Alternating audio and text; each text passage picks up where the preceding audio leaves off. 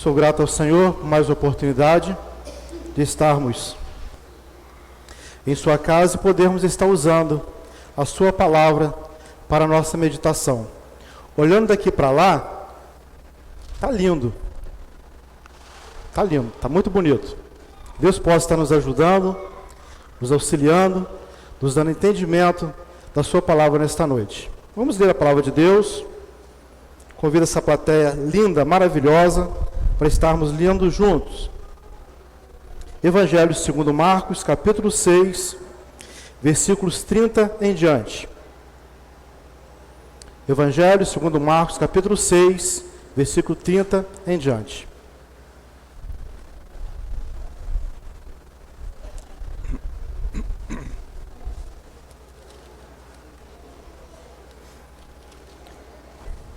O tema da mensagem é Jesus, o perfeito Filho de Deus.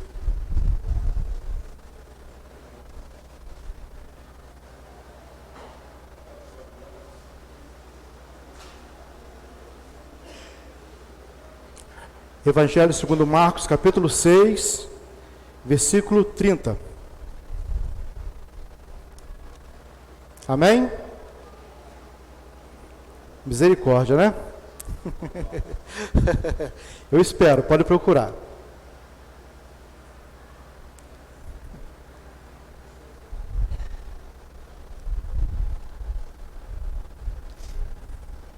Amém? Leamos. Os apóstolos juntaram-se a Jesus e contaram-lhe tudo o que tinham feito e ensinado. Ele lhes disse: vinde vós aqui à parte, a um lugar deserto, e repousai um pouco, porque havia muitos que iam e vinham, e não tinham tempo para comer. Então foram sós num barco para um lugar solitário. A multidão viu-os partir, e muitos o reconheceram, e correram para lá a pé de todas as cidades, e chegaram antes deles. Jesus, descendo do barco, viu uma grande multidão e teve compaixão deles, porque eram como ovelhas que não têm pastor. Então passou a ensinar-lhes muitas coisas. Ao declinar a tarde, os seus discípulos se aproximaram dele e disseram: o lugar é deserto e o dia já está muito adiantado. Despede-os para que vão aos campos e aldeias circunvizinhas e comprem para si o que comer. Ele, porém, lhes respondeu: dai-lhes vós de comer. Disseram-lhe: iremos nós e compraremos 200 denários de pão para lhes dar de comer? Então lhes disse: quantos pães tendes? Ide ver. E sabendo eles, responderam: 5 pães e 2 peixes. Ordenou-lhes que fizessem assentar a todos em grupos sobre a relva verde. Assentaram-se repartidos de 100 em 100 e de 50 em 50. Tomando ele os 5 pães e os 2 peixes, levantou os olhos ao céu e os abençoou, e partindo os pães, deu-os aos discípulos para que distribuíssem. Ele também repartiu os 2 peixes por todos. Todos comeram e se fartaram. E os discípulos levantaram 12 cestos, cheios de pedaços de pão e de peixe, os quais comeram dos pães. Os que comeram dos pães eram quase 5.000 homens. Amado e querido Pai, mais uma vez dirigimos nossas vozes a Ti, pedindo, Senhor, a Tua direção e a Tua orientação naquilo que for dito aqui nesta noite. Usa o Teu servo poderosamente, que ele não venha falar nada de si mesmo, mas que seja inspirado pelo Teu Santo Espírito. E lhe peço, Senhor, por cada coração aqui nesta noite, que aqueles que ainda não têm a Ti como Senhor e Salvador, que possam reconhecê-lo, porque não há outro além de Ti que possa nos dar a salvação. Te oramos em nome de Jesus. Amém e amém. Muito obrigado. Podeis assentar.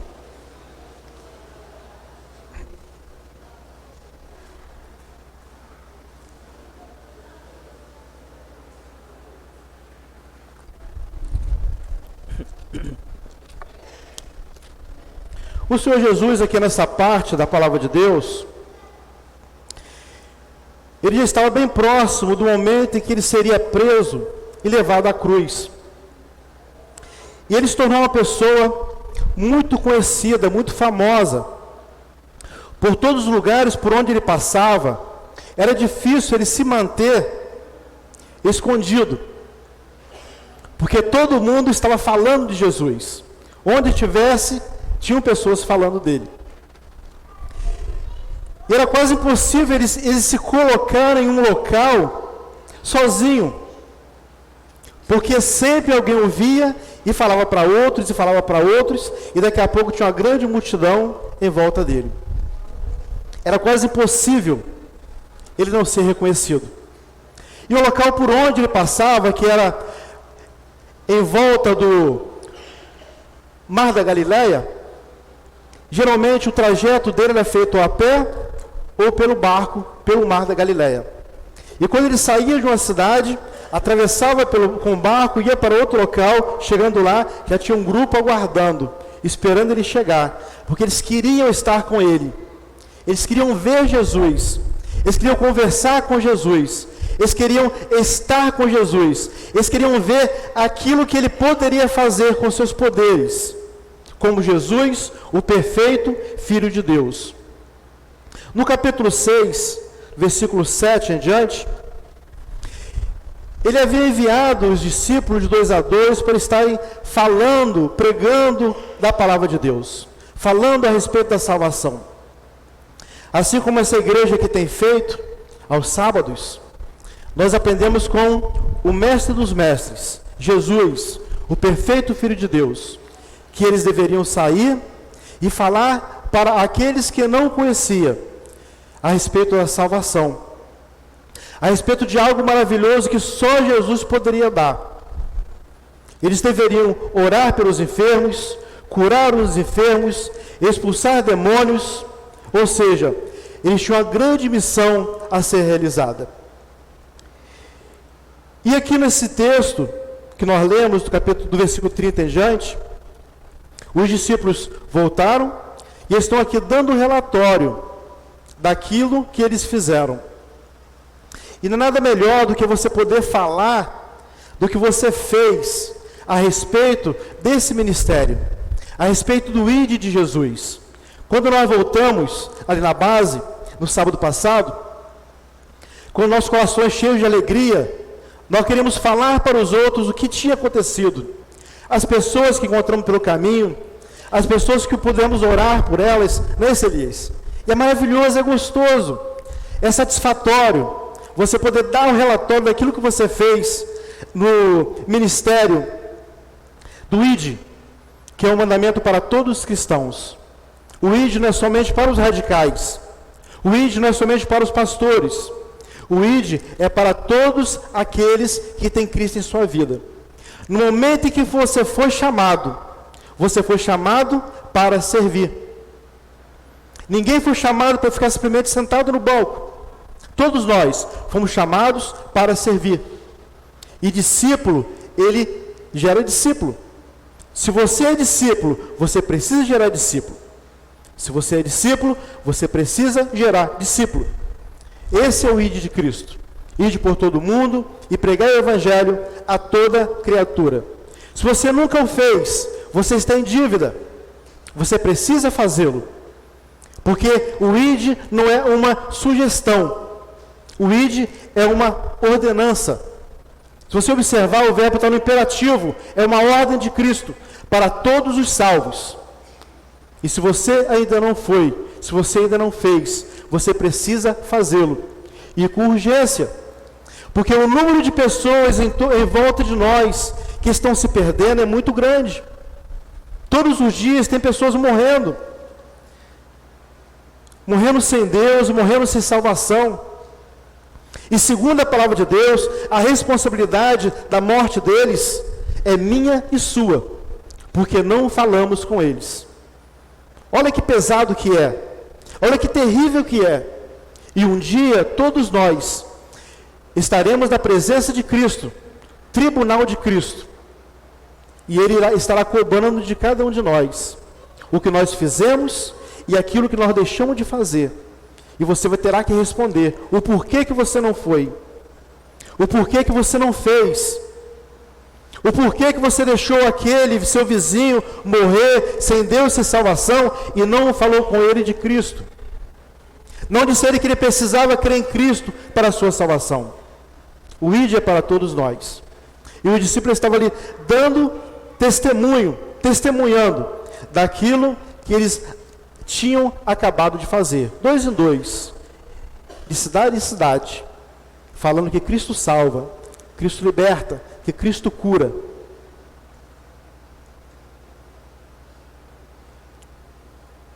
E quando eles chegaram até Jesus, Jesus observou que eles estavam cansados.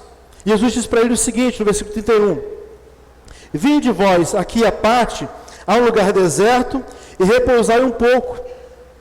Eles estavam cansados, precisavam descansar.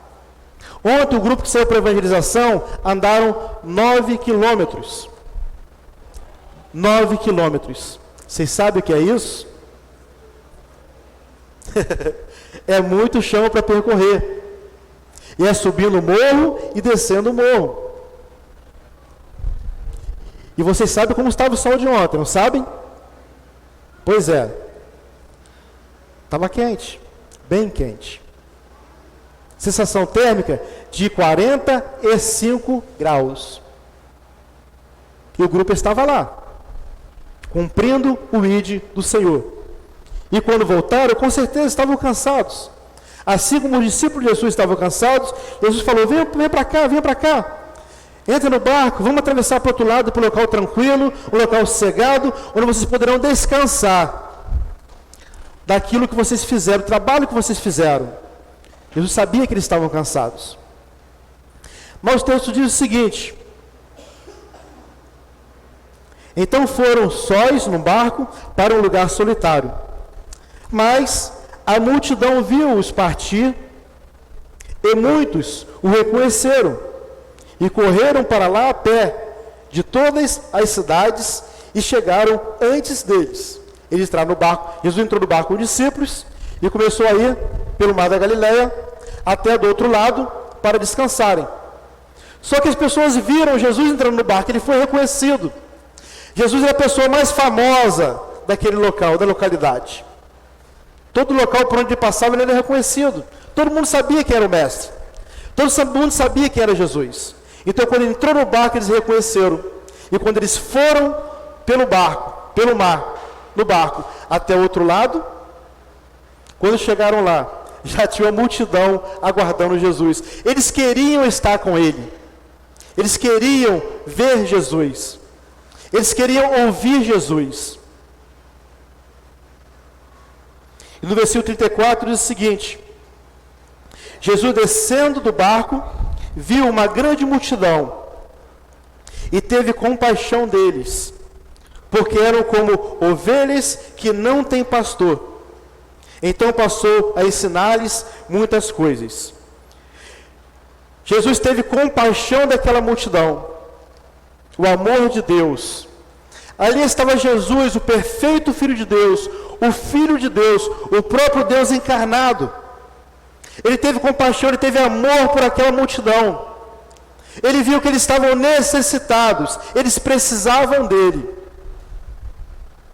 Assim como o mundo em nossa volta precisa de cada um de nós, precisa de mim e precisa de você.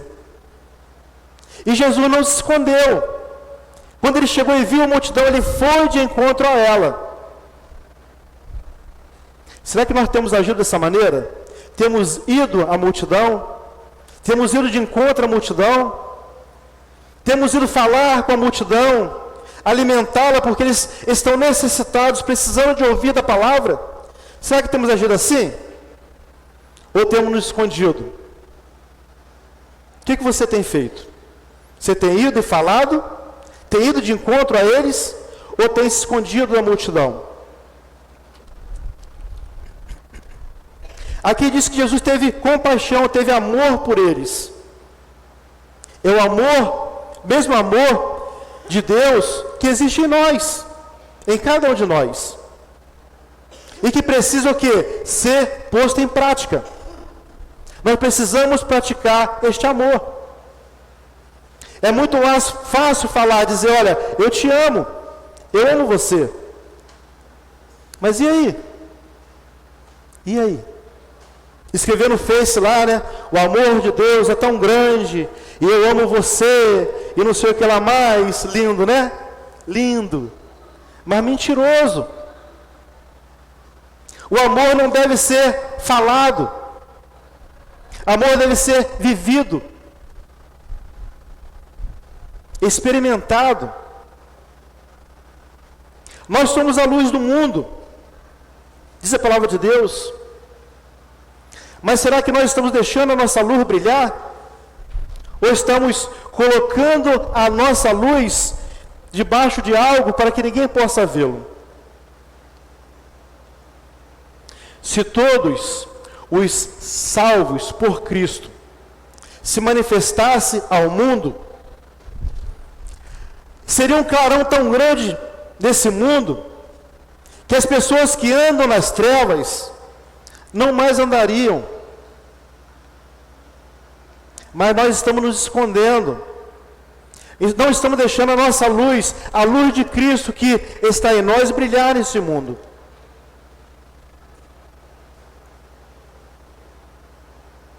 E diz aqui que aquele povo, aquela multidão, era como ovelhas que não têm pastor. Desculpa. Ovelhas que não têm pastor. Eu creio que todos aqui sabem o que é uma ovelha, aquele animalzinho. Todo mundo sabe o que é, né? Aquele animal é um animal assim, bem burrinho. Bem burrinho. Ele não consegue viver sem ter alguém cuidando dele. Se as ovelhas estiverem andando por aqui, por esse caminho, e ali na frente tiver um buraco, a primeira da frente vai cair no buraco. A segunda vai cair no buraco também.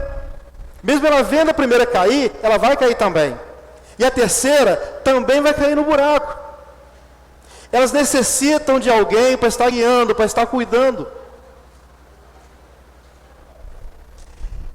A ovelha precisa ser tosqueada. Aquela lã dela tem que ser cortada. Senão aquela lã vai crescendo, crescendo, crescendo, e chega a um ponto que ela não vai conseguir mais andar. A lã vai no chão, vai até o chão. E ela vai começar a pisar na lã e vai tropeçar. O animalzinho ovelha, ela depende de pastor. Ela não sobrevive sem pastor. E o escritor aqui, desse texto, Marquinhos, ele falou o seguinte: elas estavam como ovelhas sem pastor, perdidas, sujeitas a cair no buraco, no precipício, sujeitas a morrer de fome, porque se o pastor não levá-las para comer, elas não comem, não se alimentam, sujeitas a serem devoradas por lobos. Tem tanto animal para ser comido, mas por que o lobo prefere a ovelha? Sabe por quê? O lobo prefere a ovelha. A ovelha é um animal fácil de ser corrompido, de ser pego. A ovelha não aguenta correr. Se o lobo vier em direção a ela, ela vai ficar parada e assim, ó, berrando, paradinha lá. O lobo está vindo, ela está parada berrando. Ela não corre, ela não sai do lugar. Está sujeita a ser devorada pelo lobo. Saiu um bé legal? Eu não saí um bé, não. E aquela ovelha, aquelas ovelhas, elas não tinham pastores. Elas precisavam de cuidado. Assim como em torno de nós, tem muitas e muitas ovelhas sem pastores. Talvez exista uma ovelha sem pastor na sua casa. É possível? É possível. Talvez o seu filho, a sua filha, o seu esposo, a sua esposa, é uma ovelha que precisa de pastor. Talvez tenha uma ovelha sem pastor no seu setor de trabalho, que precisa de alguém para falar com ela de Cristo, falar do sumo pastor das ovelhas. Talvez existam ovelhas perdidas no local onde você estuda, na sua escola, na sua faculdade, na sua vizinhança, que necessita de alguém para estar falando para ela de Cristo, de Deus, de salvação.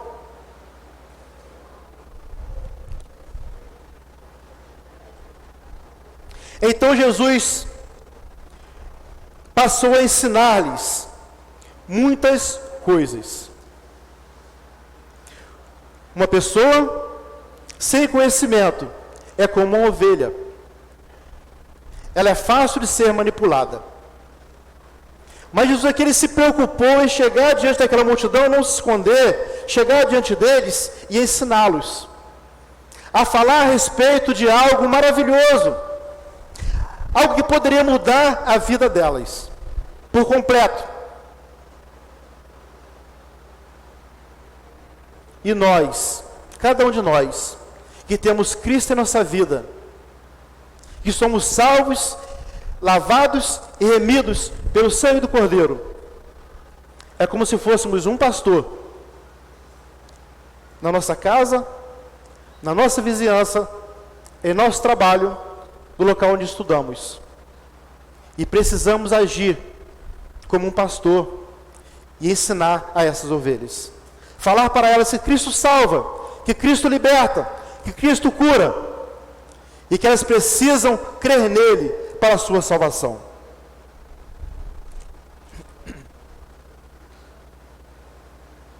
Ao declinar a tarde, os seus discípulos se aproximaram dele e disseram: o lugar é deserto e o dia já está muito adiantado, muito avançado das horas. Despede-os, para que vão aos campos e aldeias circunvizinhas e comprem para si o que comer.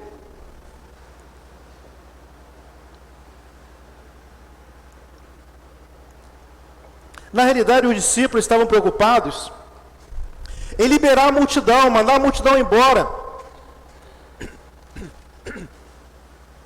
Eu fico pensando o seguinte: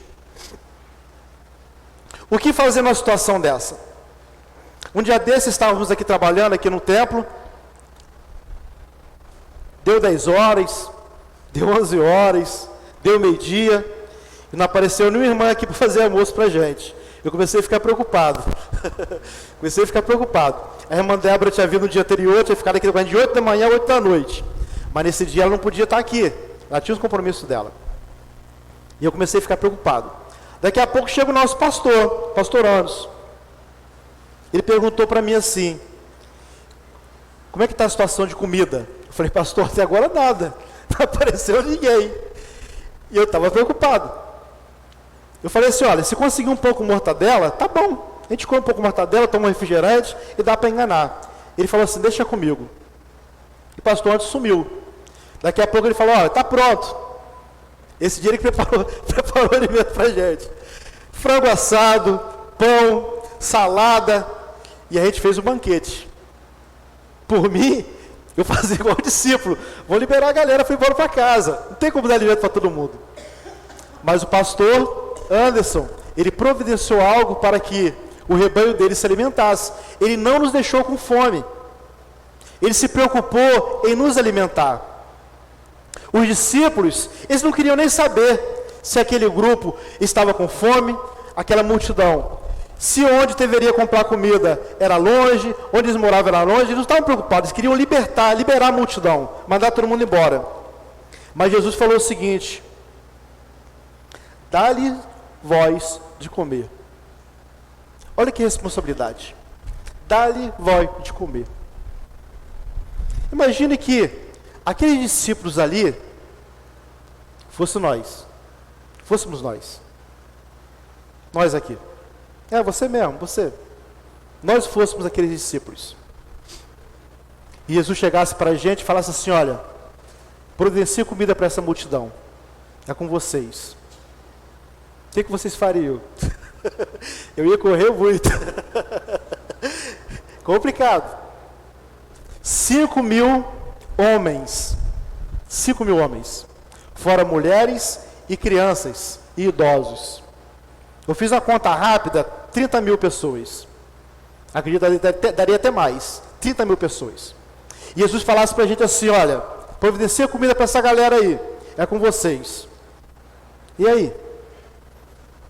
O que fazer? Será por que Jesus falou para os discípulos para eles providenciar comida para aquela multidão? Será por quê? Será que Jesus queria envergonhá-los? Será que Jesus queria que eles passassem vergonha no meio daquela multidão?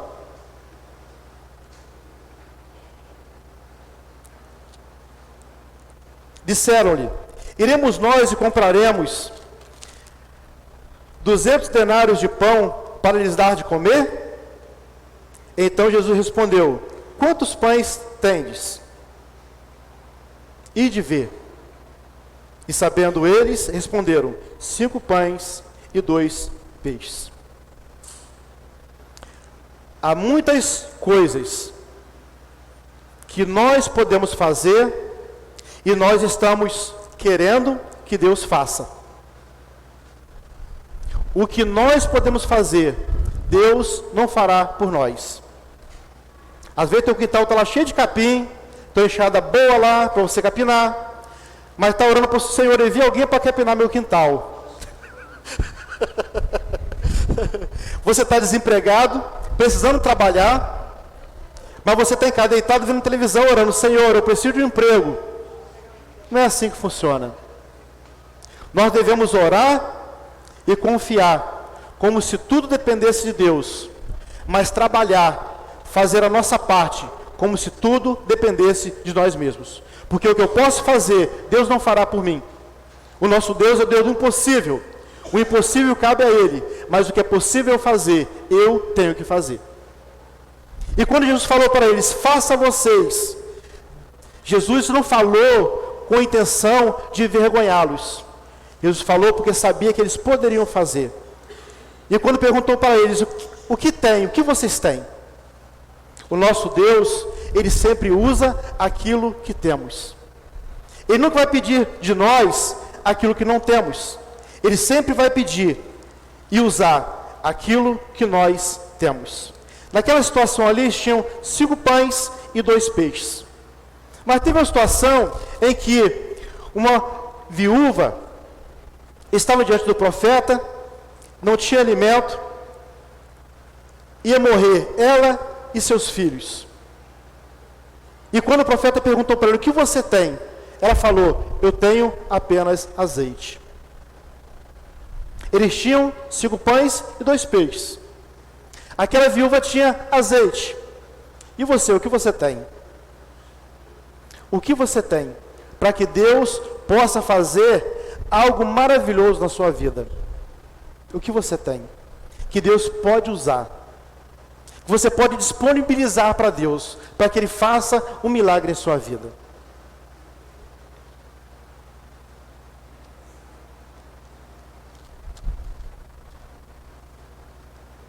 O que você tem? Jesus Cristo, Ele fez essa pergunta para os discípulos com 3 objetivos. O primeiro objetivo era ensinar para eles. Eles tinham apenas 3 anos e meio para aprender com Jesus. Uma faculdade, 3 anos e meio. Uma faculdade de tempo integral. Eles andavam com Ele, viajavam juntos, dormiam juntos, tomavam café juntos, almoçavam juntos. Tudo que faziam, sempre estavam juntos. Ou seja, o tempo para Jesus ensinar para eles, deixá-los voltar para a sua glória, era apenas 3 anos e meio. Então, um dos objetivos aqui no texto era ensinar para seus discípulos. E o legal de Jesus é que Ele ensinava para os discípulos, na maioria das vezes, de forma prática. De forma prática. Porque o falar é uma coisa, agora você fazer é bem diferente. E a melhor maneira de aprendermos é na prática, é fazendo.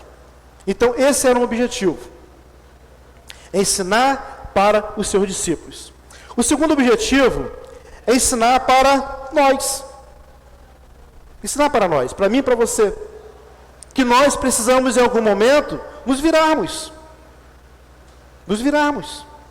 É nós, é você, é eu. Somos nós que temos que fazer. E nessa data de hoje, 12 de janeiro de 2020, nós estaríamos mais uma vez abrindo essa palavra e aprendendo com ela. Esse foi o segundo objetivo. E o terceiro objetivo, aquela multidão precisava se alimentar. Aquela multidão precisava de alimento.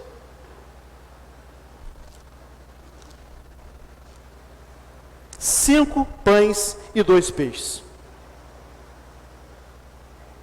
Ordenou-lhe Jesus que fizessem assentar todos em grupos sobre a relva verde.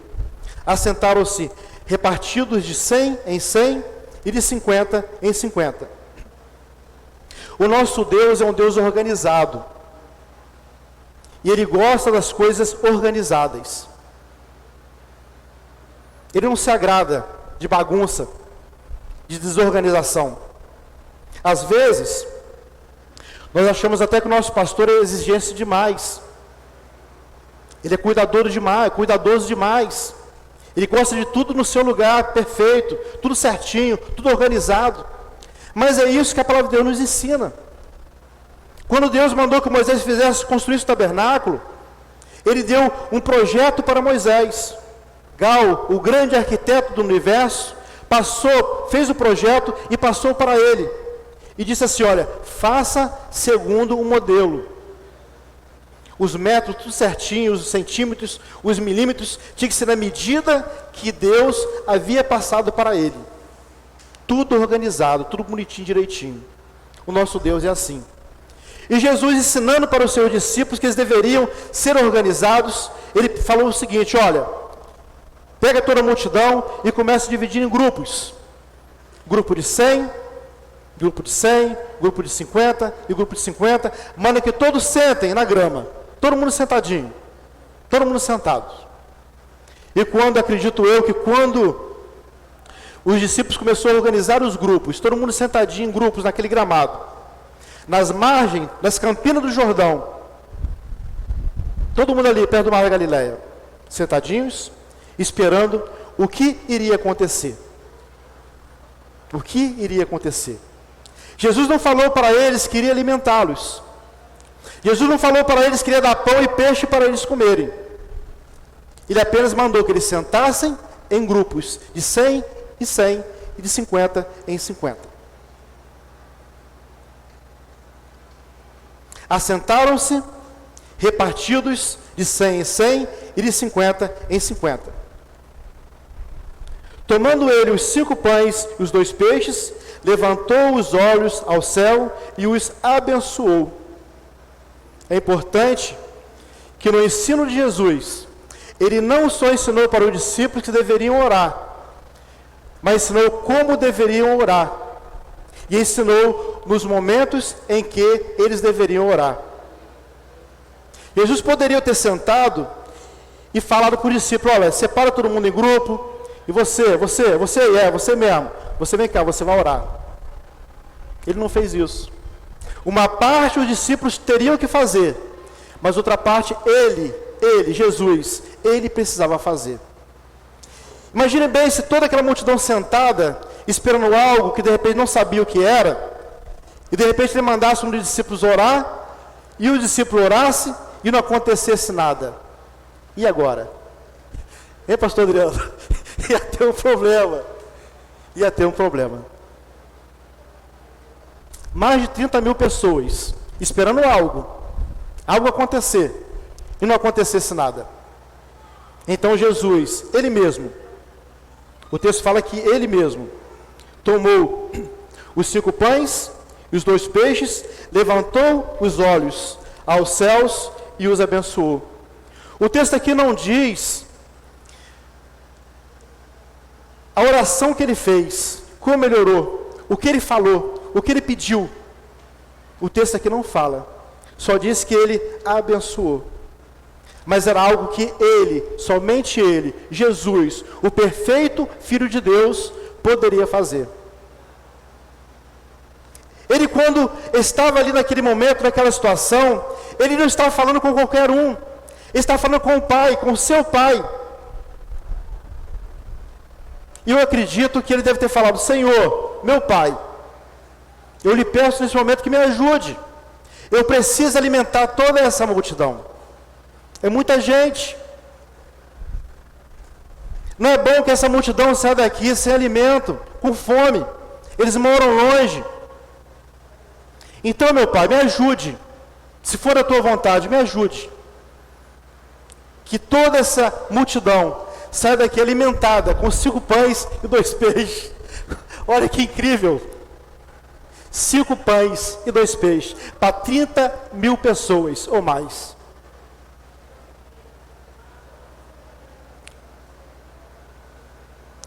E partindo os pães, deu-os aos discípulos para que os distribuíssem.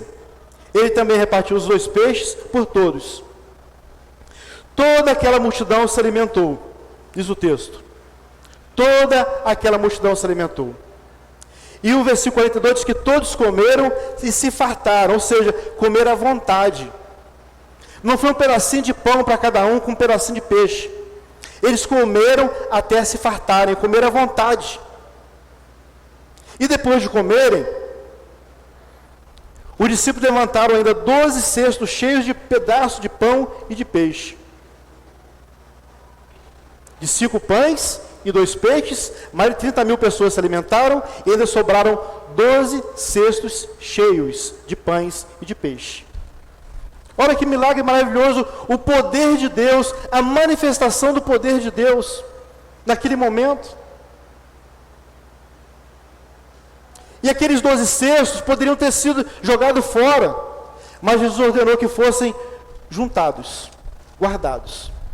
Sabe por quê? Alimento não se joga fora. Muitas das vezes em nossas casas, nós juntamos no fundo dos pratos aquele monte de arroz, feijão, às vezes até carne, e jogamos na lixeira, jogamos fora. E quantas pessoas têm passado necessidade, passado fome? Quantas pessoas largadas na rua sem alimento? Quantas pessoas de outros países lá fora? É claro que você não vai pegar aquela comida e não vai dar para eles. Mas pense bem, será que vale a pena desperdiçar? Será que vale a pena jogar fora? Será que o nosso Deus está satisfeito com aquilo que você tem feito, com o teu alimento em tua casa? Será que Deus está feliz com a nossa atitude em desperdiçar o nosso alimento que Ele nos deu? O nosso alimento é Deus que nos dá, diz a palavra de Deus. A educação dos nossos filhos tem que ser dada por nós, mas o nosso alimento é Deus quem dá. E não precisamos nos preocupar com isso, porque no momento certo, na hora certa, o alimento vem. Muitas vezes ficamos ansiosos com o dia do amanhã. O que será? O que terei amanhã? Será que terei? Quanto terei?